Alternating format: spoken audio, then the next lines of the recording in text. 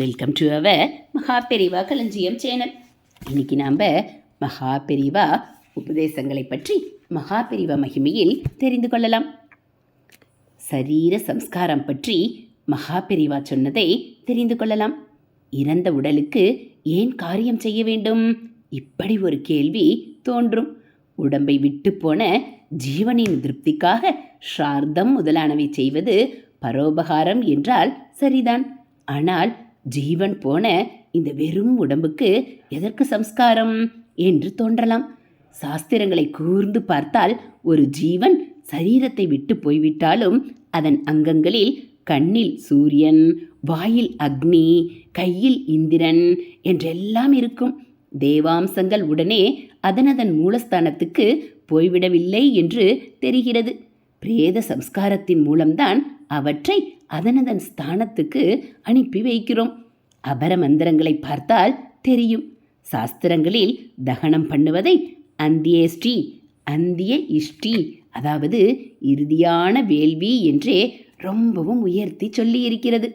கர்ப்பம் தரிப்பிலிருந்து ஒரு ஜீவனை ஒவ்வொரு பருவத்திலும் எப்படி சுத்தி பண்ண வேண்டும் என்பதற்காக சாஸ்திரங்களில் 40 சம்ஸ்காரங்களை சொல்லி இருக்கிறது. சம்ஸ்காரம் என்றால் நன்றாக ஆக்குவது என்று அர்த்தம். நன்றாக ஆக்கப்பட்ட பாஷைதான் சமஸ்கிருதம்.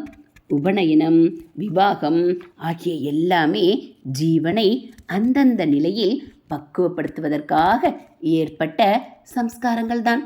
வாழ்நாள் கர்மா முழுவதையும் வேள்வியாக ஈஸ்வரனிடம் ஆகுதி செய்து கொண்டே இருக்கிற ரீதியில் இந்த 40 சம்ஸ்காரங்கள் வகுக்கப்பட்டிருக்கின்றன.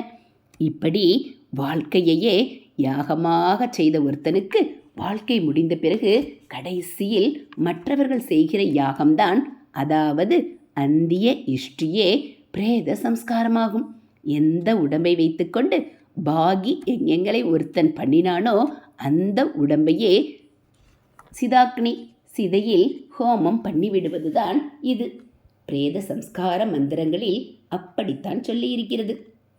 ஹோமத்துக்குரிய மற்ற வஸ்துக்களை நெய்யினால் சுத்தி செய்து அக்னியில் போடுகிற மாதிரி தான் பிரேதத்தையும் சுத்தம் பண்ணி தகனம் செய்ய சொல்லி இருக்கிறது.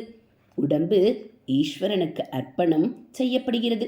மண்ணில் அடக்கம் பண்ணுவதானாலும் ஈஸ்வரார்ப்பணமே ஆகிறது.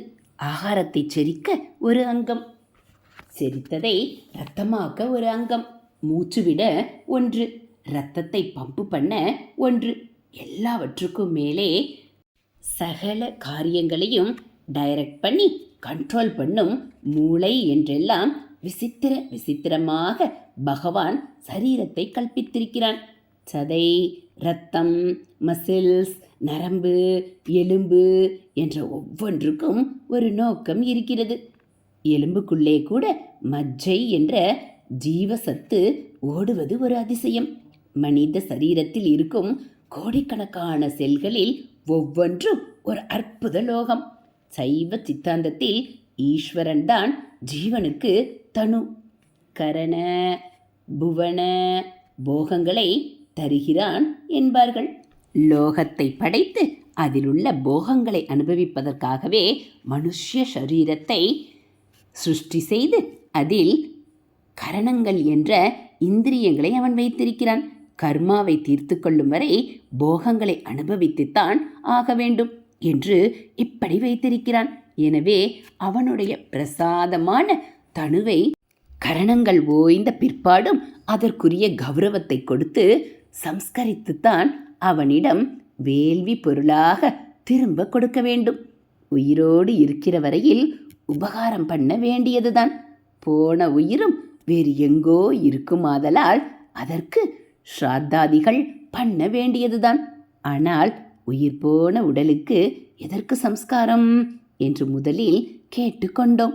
இப்போது அலசி பார்த்து கொண்டதிலோ பகவானின் பரமாத்புத சிருஷ்டியான சரீரம் உயிரற்ற பிறகும் கூட அதற்கான மரியாதையை பெற்று பகவானிடமே சேர்ப்பிக்கப்பட வேண்டும். உடம்புக்கு செய்கிற இந்த சம்ஸ்காரம்தான் முழுக்க நம் பொறுப்பில் இருப்பது. அதனால் இதை செய்யாவிட்டாலே நமக்கு பெரிய தோஷம் என்று தெரிகிறது. ஹரஹர சங்கர. ஜெய ஜெய சங்கர, ஹர ஹர சங்கர, ஜெய ஜெய சங்கர. மகா பெரியவா சரணம். இது மகா பெரியவா உபதேசம் செய்தது. இது போல் மகா பெரியவா மகிமைகளை நீங்கள் தினந்தோறும் தெரிஞ்சுக்கணும் அப்படின்னா மறக்காமல் நம்ம சேனலை சப்ஸ்கிரைப் பண்ணுங்கள்.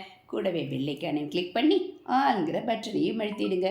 நம்ம சேனலில் வரக்கூடிய மகா பெரியவா மகிமைகள் எல்லாம் உங்களுக்கு பிடிச்சிருந்தா ஒரு லைக்கும் கமெண்ட்டும் கொடுத்து உங்களுக்கு தெரிஞ்சவங்களுக்கும் ஷேர் பண்ணுங்கள். தேங்க்யூ.